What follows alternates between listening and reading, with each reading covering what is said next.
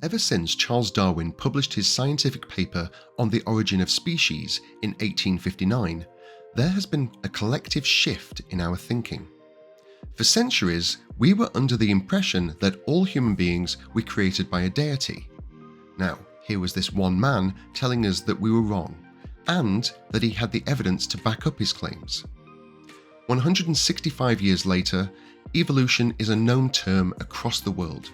It is widely accepted and taught in schools, and yet there are still some who choose not to believe in evolution or simply cannot understand how we evolved from primates. For those in the latter, I believe I can help.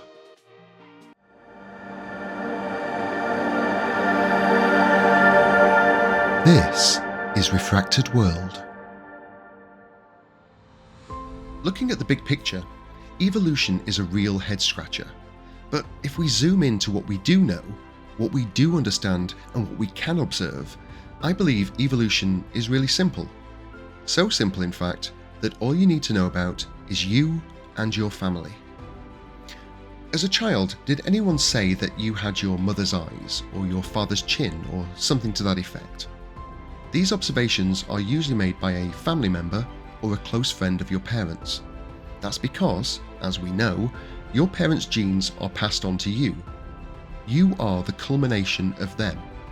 You inherit the more dominant and often strongest and best parts of your parents. If your mother and father both have the same eye colour, there is a 99% chance you will too.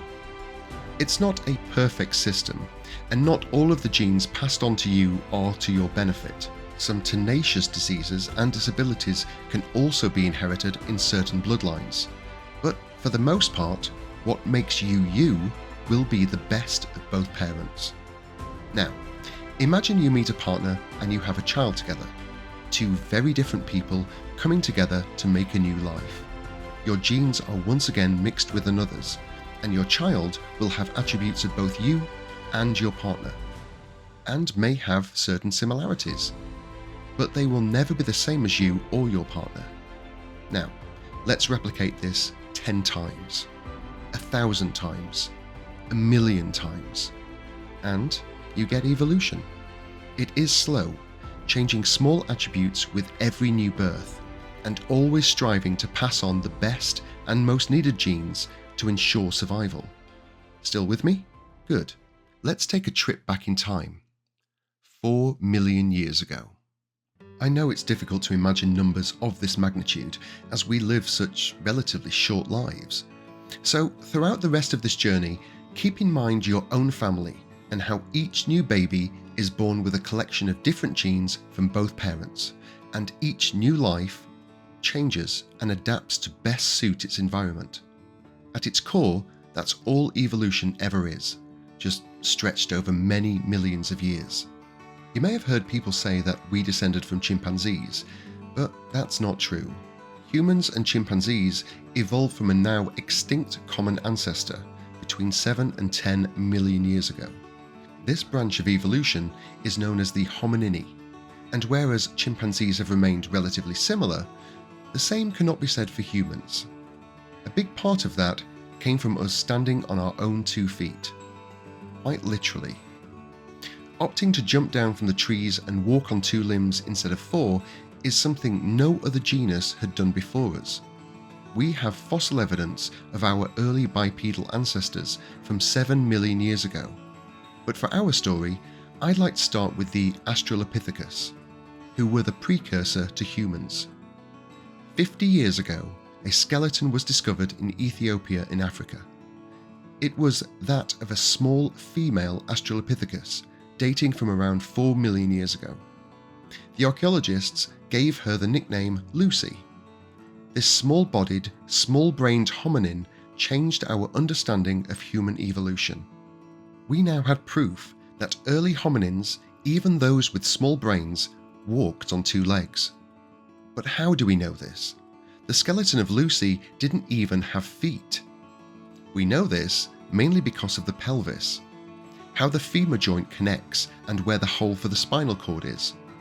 Also, the shape and size more closely resembles ours and not that of a chimpanzee's. all of this shows that the Australopithecus had evolved for bipedal movement. For anyone in or visiting the UK, there is a reconstruction of Lucy in London's Natural History Museum. Looking into her eyes is a profound experience. With hair covering her body, her elongated mouth and small flat nose, she looks more like an ape than a modern human. And yet she is stood upright, with feet and hands that look like ours, and a body shape that, from a distance, we would likely identify as human. This is where our species came from. This is who we were. Our genetic code is almost identical, and it only took 100,000 generations to get from Lucy to us today. There have been many more Australopithecus remains discovered over the years, as well as fossilized footprints which clearly show them walking upright. And just a few 100,000 years later, Australopithecus evolved into a new bipedal species of hominin, Homo. Homo is Latin for homosexual, which for modern Homo sapiens can be slightly confusing. The gay community are known as homosexuals, so does that translate to sexual human beings? And if so, wouldn't that be all humans? Well, it turns out that in Latin, hom, H-O-M, means the same as, equal or like. Therefore, homosexual simply means you are attracted to the same sex. That's not confusing at all. With the extra letter, homo means human. But that doesn't just apply to you and I. There have been many types of human beings before us. We are simply the youngest and the only to survive. More on how and why later. Modern human beings are all part of the same genus, Homo sapiens. And yes, there is always an S at the end of the word, regardless of if it's plural or singular. No wonder Latin died out. The first of these, that we have evidence for, is Homo rudolfensis.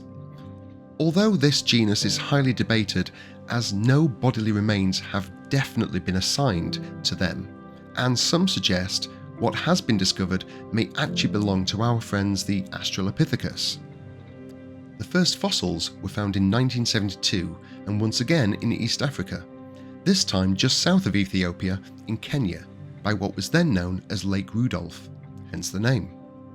But as this lineage is highly contested and may not have been its own species, let's move on to a genus we know for almost certain once populated the Earth, Homo habilis. With a name meaning handyman, Homo habilis is an extinct species of archaic human that roamed the continent of Africa from 3.3 million years ago to 1.4 million years ago. First discovered in 1964, habilis was also once contested, as many believed this too was another example of Australopithecus. But as time went on and more remains were found, habilis has been accepted by most as a valid genus of human. So there's hope for you yet, Homo rudolfensis. There are a few more Homos, still sounds weird, in our ancestry: Australopithecus sediba, Homo ergaster, and Homo antecessor. Seriously, who comes up with these names? And then, around 2 million years ago, a human you have likely already heard about made its first appearance, once again in Africa, but soon after also in Asia. Homo erectus, meaning upright man, naturally, is the first known of our species to leave the homeland of Africa and begin to populate the world. As there is no written record, this is of course speculative, based on the information we currently have. It could be that Homo habilis was the first to venture into the unknown. As time and research goes on and more fossils are discovered, hopefully we will have a clearer picture of early Homos. That will never not sound weird. What is known for certain is that by this time, humans lived, hunted, and procreated in their native Africa and also Asia. Homo erectus would go on to be the most successful humans ever to live. They ruled the planet for 1.5 million years before going extinct. For reference, that is 6 times longer than we have existed. Tracing a lineage of extinct animals is a difficult thing to do. Fossilization can only happen in very specific conditions, and even then, preservation is not a guarantee. This is why it is so difficult for archaeologists to piece together, literally, the history of ancient living beings. And this particular area of science has only been active for around 100 years. It is slow, difficult work to find and dig up the remains in the first place, and after they do, they then have to decipher the clues that are left behind. The more samples they have, the better our knowledge and understanding. Thankfully, with advancements in technology, that is making the work a lot faster and easier for us to learn more about our ancient past. Of course, I doubt Homo erectus had to consider such things. I'm sure they were far more preoccupied with their present. The Pleistocene era they lived in wasn't the friendliest environment for humans. The planet was in the grip of one of its many ice ages, with ice sheets reaching all the way down through Europe. When we reference the Ice Age, and yes, the animated films with the same name, it is usually the Pleistocene era we're thinking of. So not only did Homo erectus have to deal with extremely cold temperatures on their journey to populate the Earth, they also had to find shelter and food and defend against fearsome creatures. From microscopic traces of wood ash found, it is believed Homo erectus were the first humans to control and use fire to their advantage.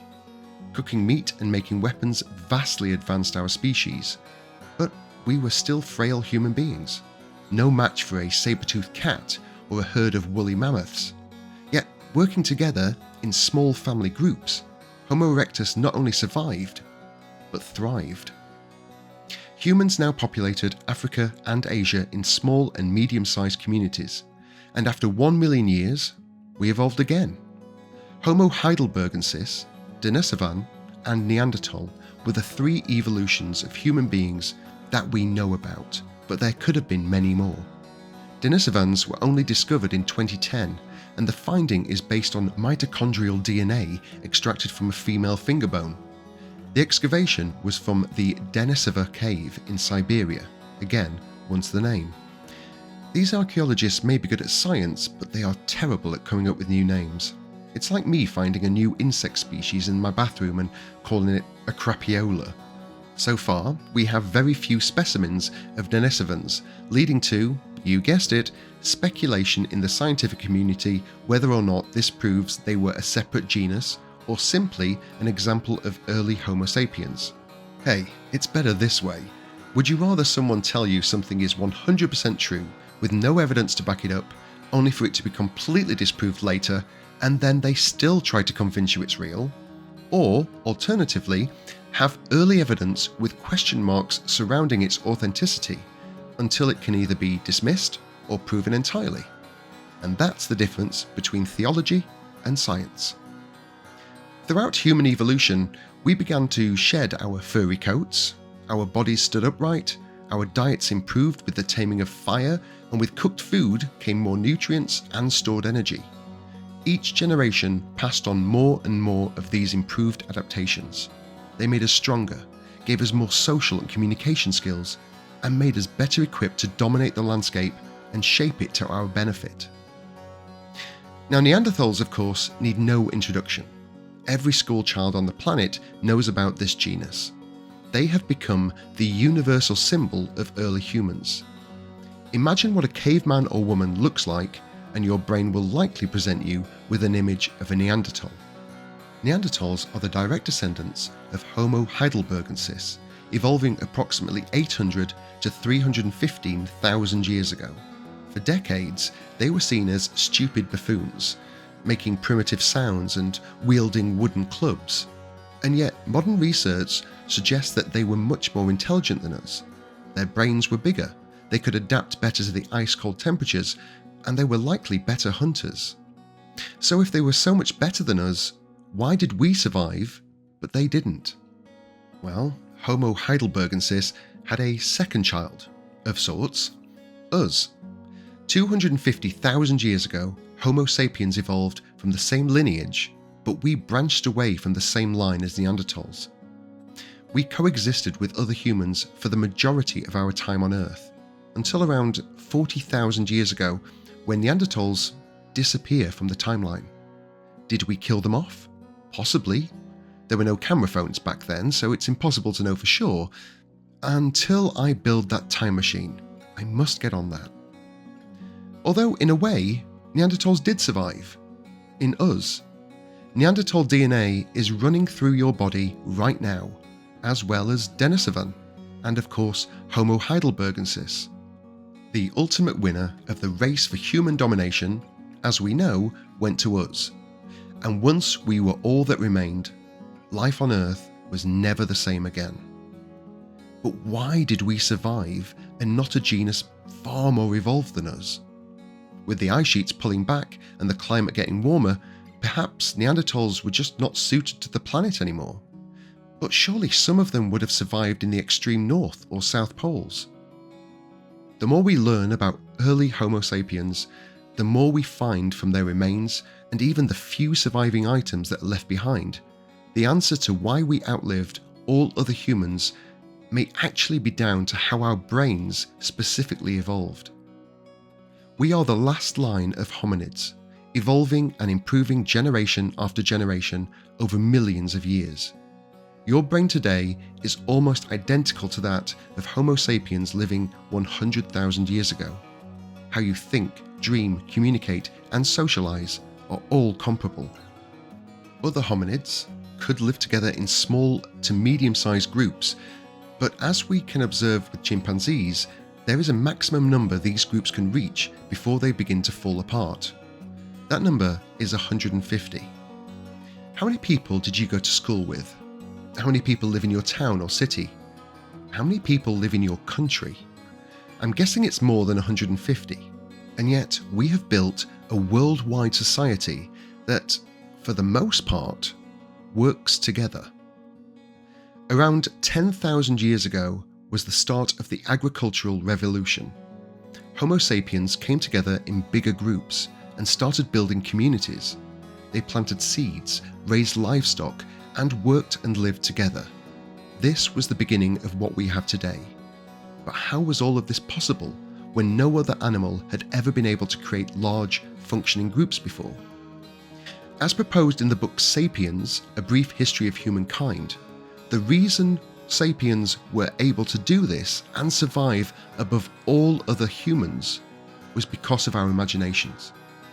By creating fictions, we were able to bring large numbers of people together, breaking the 150 rule.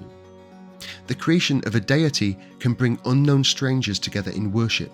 The creation of politics can bring people together under common rules and draw arbitrary borders for land masses. The creation of money can enable trade with every other person on the planet, and the creation of law can bring comfort and also justice. None of these things are real, yet our belief in them is, and has enabled us to create a vast community all bound together. We were once wild animals and have evolved incredibly fast. Look at Homo erectus. They lived for 1.5 million years and yet stayed more or less the same. Homo sapiens, on the other hand, have existed for 1/6 of their time, and yet we now dominate the entire planet and everything on it, for good and for bad. Where will we go from here? The future is, of course, uncertain, but I believe that we will soon be evolving once again, only this time alongside artificial life. It is not much of a stretch to imagine the next generation of human beings being implanted and integrated with technology. The trials have already begun, and at the rate we and AI is moving, I believe total integration of technologically advanced humans will exist before the turn of the next century. Will humans be cyborgs? Will our genus be given a new name? And as their ancestors, will we be remembered or largely forgotten, just like so many of our ancestors are? To learn more about Homo sapiens, I recommend checking out Yuval Noah Harari's book. It is a fascinating read. And if there's only one thing you take away from this episode, make it this. Evolution is simple to understand. Just remember where you came from and how much different you are to your parents, and then times that by 1,000 or 1,000,000. If you like this video, you know what to do. Comments, likes and subscriptions really do help grow the channel and keep me creating more content. And if you want to pick up some merch, I have an official Etsy shop. The link is in the description. And until next time, take care, Sapiens, and goodbye.